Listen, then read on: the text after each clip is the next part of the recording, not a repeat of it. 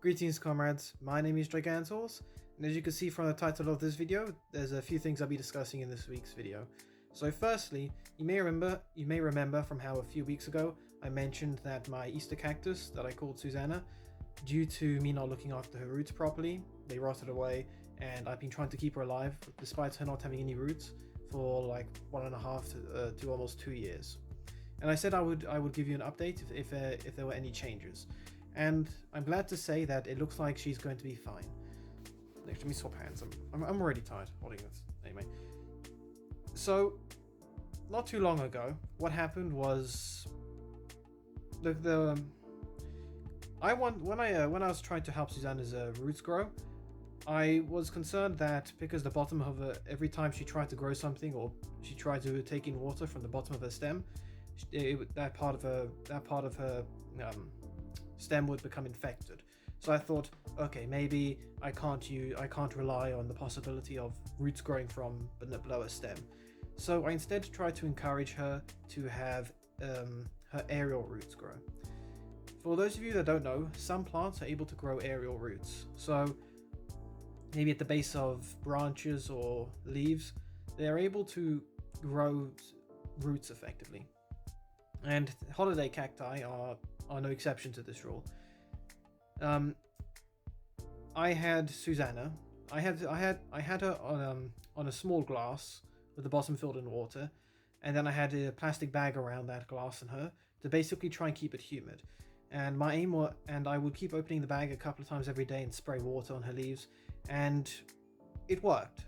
She was growing loads of aerial roots, and my aim was to make these roots long enough that they would reach to the bottom of her stem, and then I would find a way to tie them down, like press them up against the stem so that they don't break off or anything, and then I would maybe try planting her back in the soil.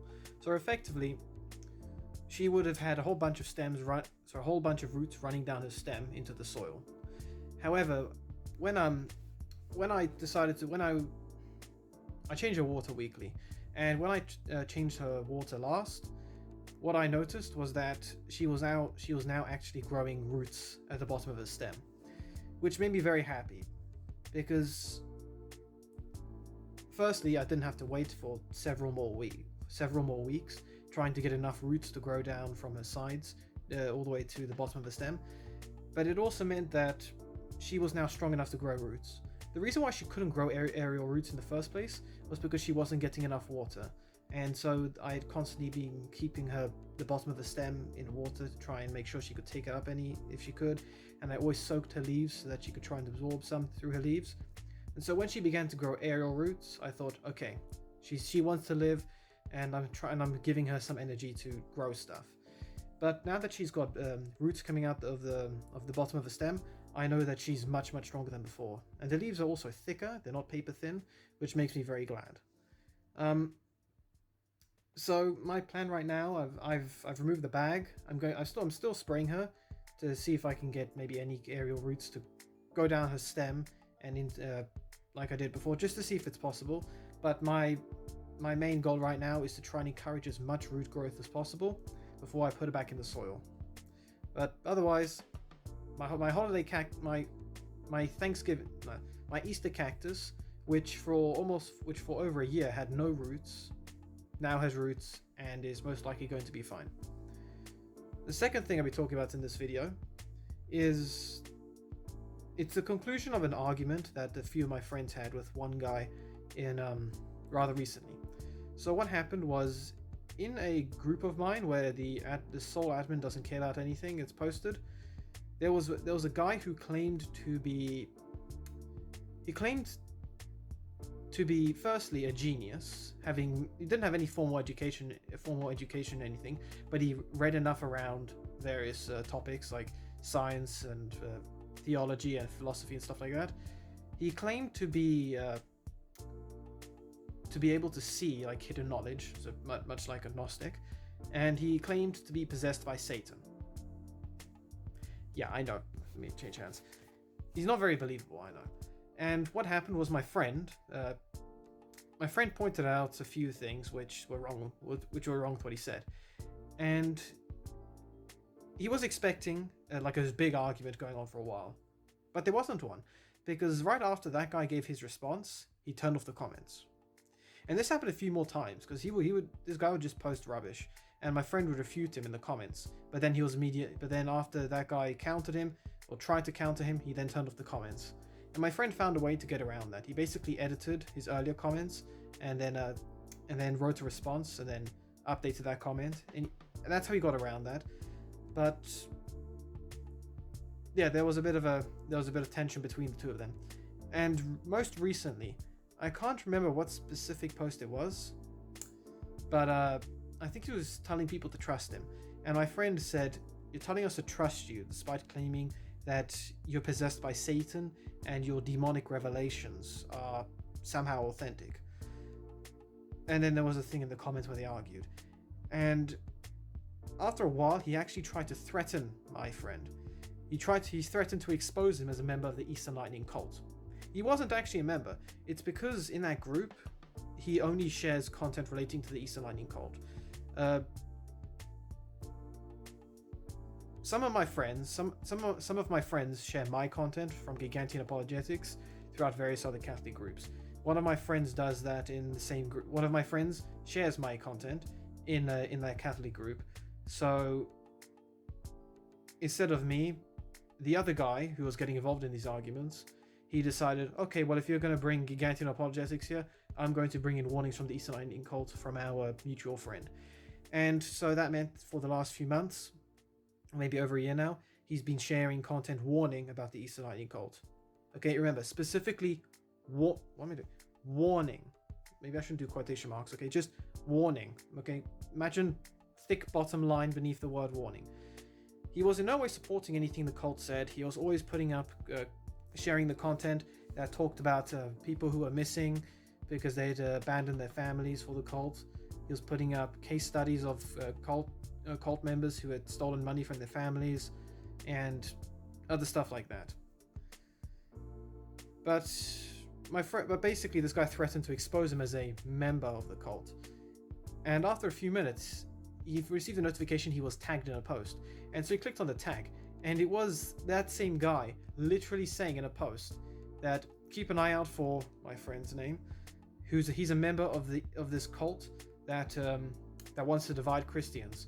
And if you look at the thumbnail of his cult, if you look at the thumbnail or picture of his cult symbol, it has a scope over the cross of Christ, so he's anti-Christian. But it was a load of rubbish, because for those of you who aren't familiar with the thumbnail, who aren't familiar with the image I just described, my friend who runs the Eastern Lightning cult, he borrowed a thumbnail of one of my videos for his symbol. And that thumbnail is basically a cloudy sky, like a cloudy background. And in the middle is a scope, like if you're looking through a scope through a sniper rifle. And in the middle of that scope is the symbol of the Eastern Lightning cult, or the Church of Almighty God. And this symbol, it's basically a cross, and then it has a sort of like elongated moon around it, and then a star next to the cross. So it looks like and I think my friend actually pointed this out to that guy. It looks like a pseudo-Islamic Christian symbol. And yeah, so he took that thumbnail from my friend's page and claimed that my other friend supported that cult. To which my friend responded, giving a very very large comment, basically explaining A, B, C, and so on. Not the full letters of the alphabet, just points A, point B, point C, exposing everything that that this weird satanic guy, this weird possessed guy was claiming, pointing out how not only is the symbol that he claims Christian not really Christian, but he's also completely ignoring the actual content that my friend had shared, which anyone who actually looked at it would realize, okay, yeah, this guy is criticizing the cult. Don't know where this possessed guy is getting the idea that he is a member of this cult. But this went back and forth. Another friend of mine decided to help my first friend in this argument, and he was preparing to go for a more psychological approach because he has a degree in psychology, just to prove that this guy's self-professed genius in psychology was false. But then after a few minutes more, that post was deleted. But he didn't block anyone. He just deleted the post. I think he was receiving a lot of negative feedback for that, and probably someone reported it for harassment, because I think that does count as harassment on Facebook, which is a surprise that Facebook even follows up on reports like that. But this particular encounter stuck with me because it involved not only the first friend who exposed this guy's possessed mumbo jumbo, my second friend who was a psychologist jumping in to help my first friend, but it also spilled over onto the Eastern Lightning Cult page, my friend's page, who runs the Eastern Lightning Cult warning page, where he basically tried to explain to this possessed guy that this page wasn't pro-cult, it was anti-cult. And this possessed guy had a very strange concept of what it was to be a cult.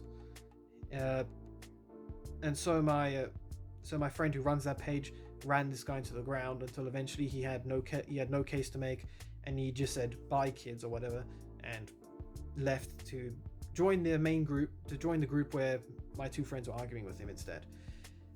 It was a very weird encounter. I read the comments that they had, and this guy definitely seemed like a very disturbed individual. He treated everyone as though they were kids, but he also seemed to give them pet names, which was a little bit creepy. He claimed he was a genius in everything, but never proved it.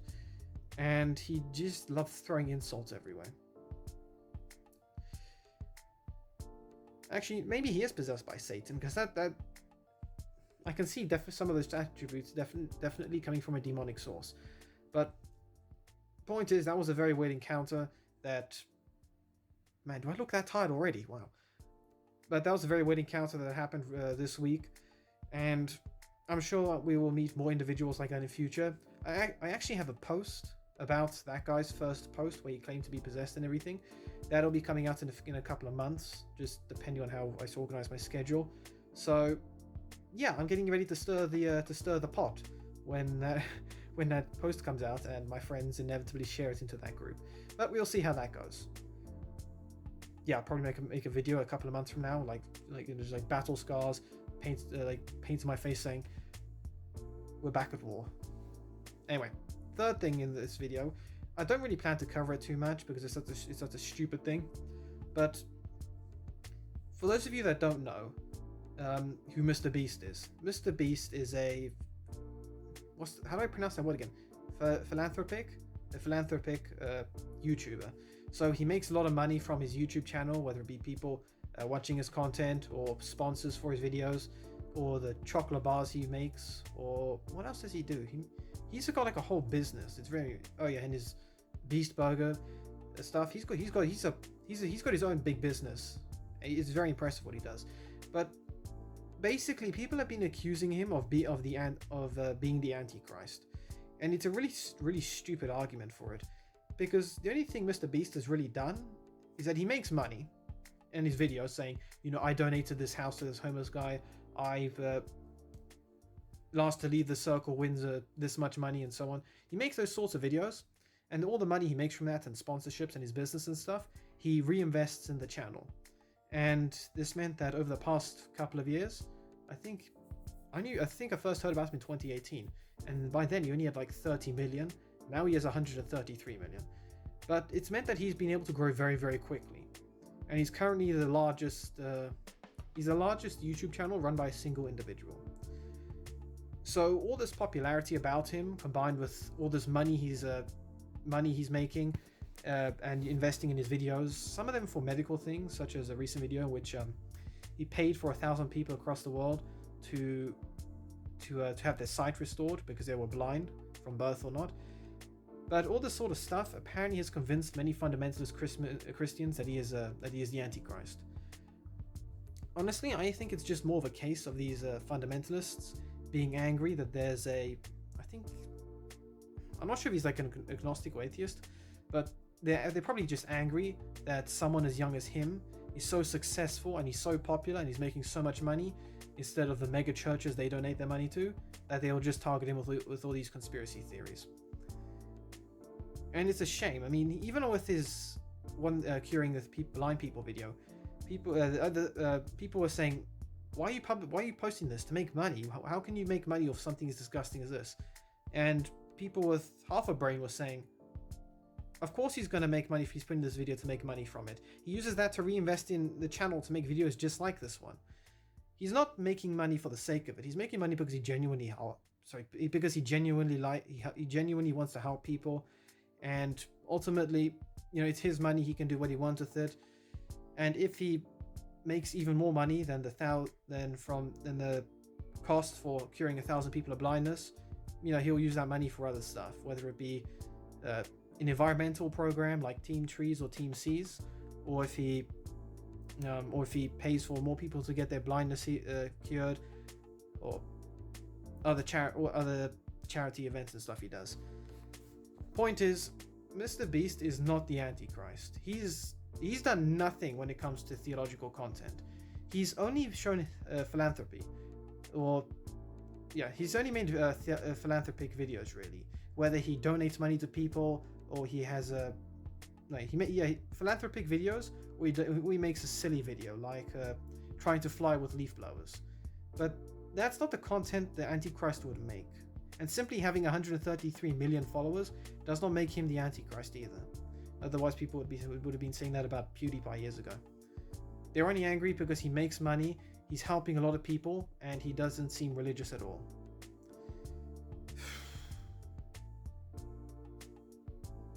You don't have to be religious to be a good person or help people. Okay, don't ever be confused by that. Honestly, I think I'd prefer an atheist who helps, an atheist who donates regularly to charity, than a Christian who's very stingy and doesn't do any form of charitable work. Even if you don't directly help people, then at least donate to charities. MrBeast does both. He works directly with people and he donates to charities. But anyway, this video is getting on a bit long. So firstly, my Easter cactus is going to be okay because now she has roots after over a year. Weird guy who claimed he was possessed. I've got a post about him coming out in a couple of months. And MrBeast is not the Antichrist. People who believe he is have read too many conspiracy theories and are just jealous of his success, despite him not being Christian or religious necessarily. But that's it for this week's video, so have a good week, and all of you. God bless you all. See you in the next video, comrades. Until then.